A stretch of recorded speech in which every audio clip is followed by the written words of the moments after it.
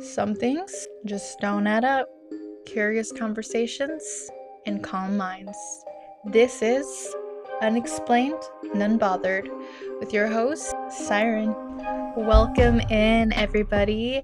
This is the first ever episode of Unexplained and Unbothered.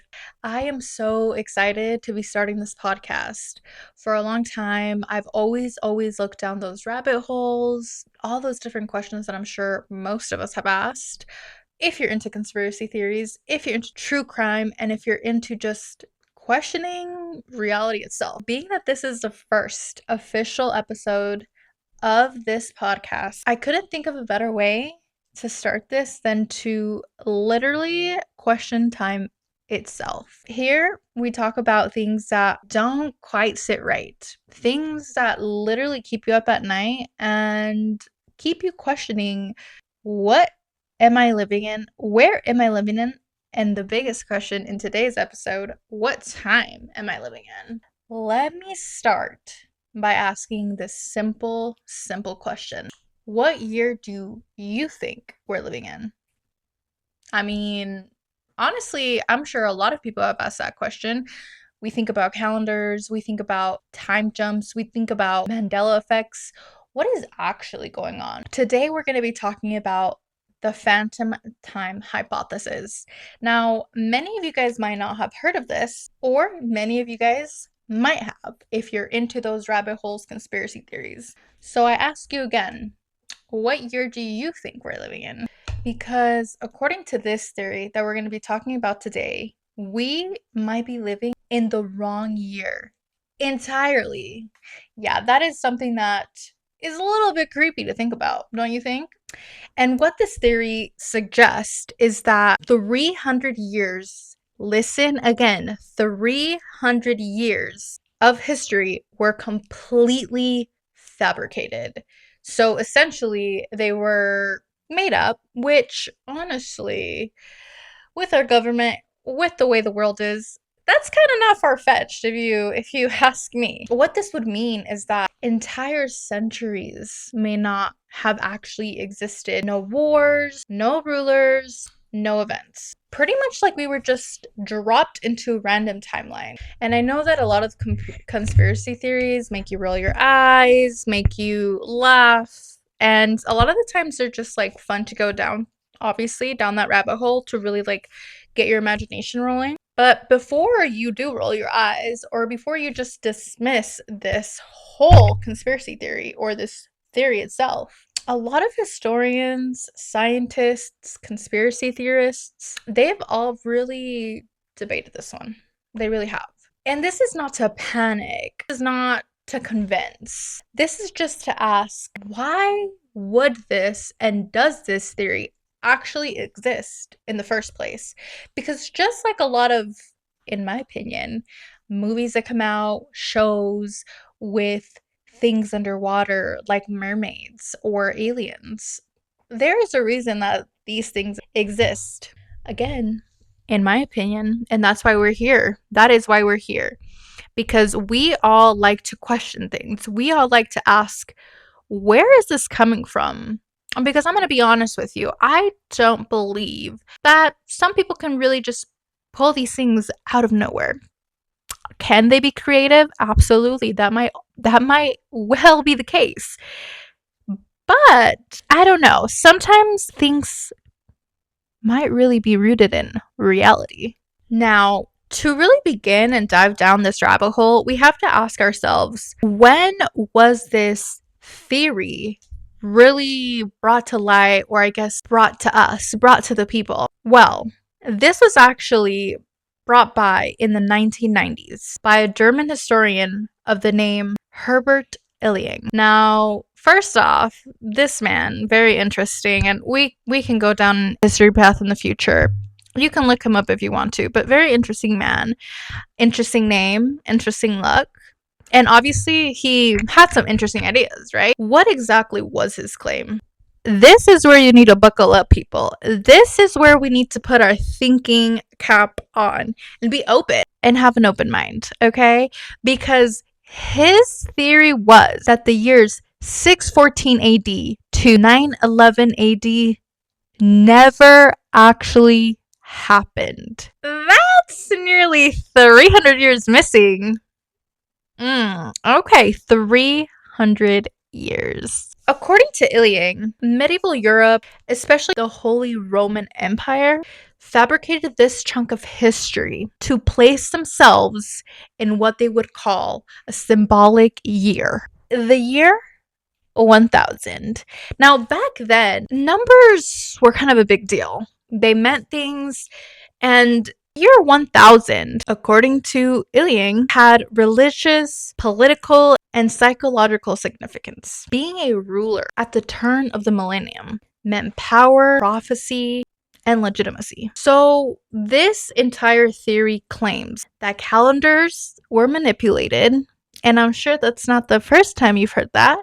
Historical documents were forged, architecture was misstated, and us future generations just pretty much sat there and accepted it. I think as we continue to wake up as a society, it definitely makes you think of what things were just said and put out there, and people just believed it and took it as the word and took it as this is true, and probably a lot more than we know. What really makes this crazy and absolutely wild, and something that really made me think, is that we would not be in the year 2026 right now if this entire theory was true. We would actually be somewhere around 1726. Wow. That makes you really sit and think.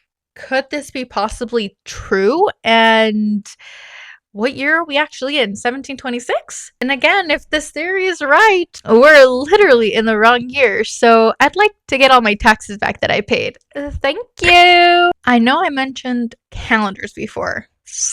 Yeah, calendars, which is actually one of the biggest arguments behind the theory, is actually the calendars. Here's pretty much the short version. I'm sure that a lot of you know that we use the Gregorian calendar, which actually replaced the Julian calendar back in 1582. Now, when the switch happened, about 10 days were removed to correct the astronomical drift. But according to Ilying, the Julian calendar should have shifted 13 days and not just 10.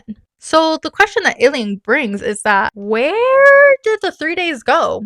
The 3 missing days. Ilying argued that this discrepancy would only exist if hundreds of years were artificially added into the timeline, into history itself. Now, of course, historians countered this by saying leap years were inconsistently applied, calendar reforms weren't uniform, and timekeeping wasn't exactly the same across regions. But conspiracy theorists say this is a little too convenient, because this begs the question, why does timekeeping suddenly get messy exactly where history gets questionable? Why is it that when we start asking these questions, that's when they come back and say all these convenient things to us, right? One of the most controversial parts of this theory really centers around Charlemagne. And I don't know if I'm saying that quite right, but who was Charlemagne? Charlemagne is one of the most important figures in European history. He was a king, an emperor, a unifier of Europe. But the phantom theory supporters argue this. There are very, very few contemporary records of him. Many accounts were also written long after his supposed reign. And again, according to the phantom theory supporters, architecture attributed to his time doesn't match technological capabilities at that point in time. Now, some even claim Charlemagne may have been exaggerated, heavily mythologized, or actually completely fabricated. Most historians, they're going to disagree with this. If somebody were to make up this amazing ruler, they would probably choose someone like Charlemagne because of everything that he did. Another reason this theory actually exists is because of the early Middle Ages, or what a lot of people called the Dark Ages. If you've ever looked into the Dark Ages, they are actually quite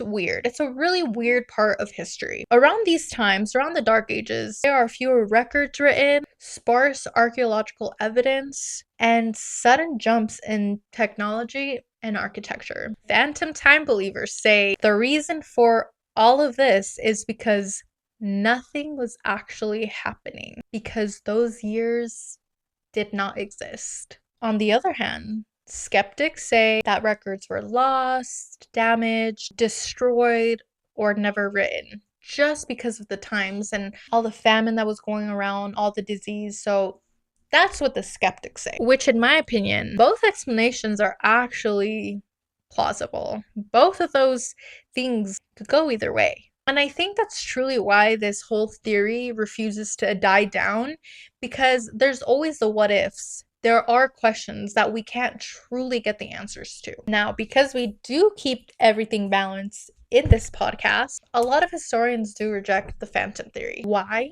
you may ask? A lot of astrological records, like eclipses, they actually do match the timeline. Archaeological dating methods actually align with the accepted history, and multiple civilizations, they actually recorded overlapping events, according to historians. So what historians pretty much say is that for this theory to actually be true or have any truth behind it, it would actually have to be a global, coordinated historical cover-up across cultures altogether. And to them, that's kind of a big ask, but again, not impossible. For this theory to be wrong, history is messy. For it to be right, history is lying. Here's the actual reason why people cannot stop talking about this, why it continues to come up, why it continues to be a conspiracy theory that you might have heard, or it might be new, or might have heard something of it. It's not because it's been proven. It's not because there's fully evidence to back this up.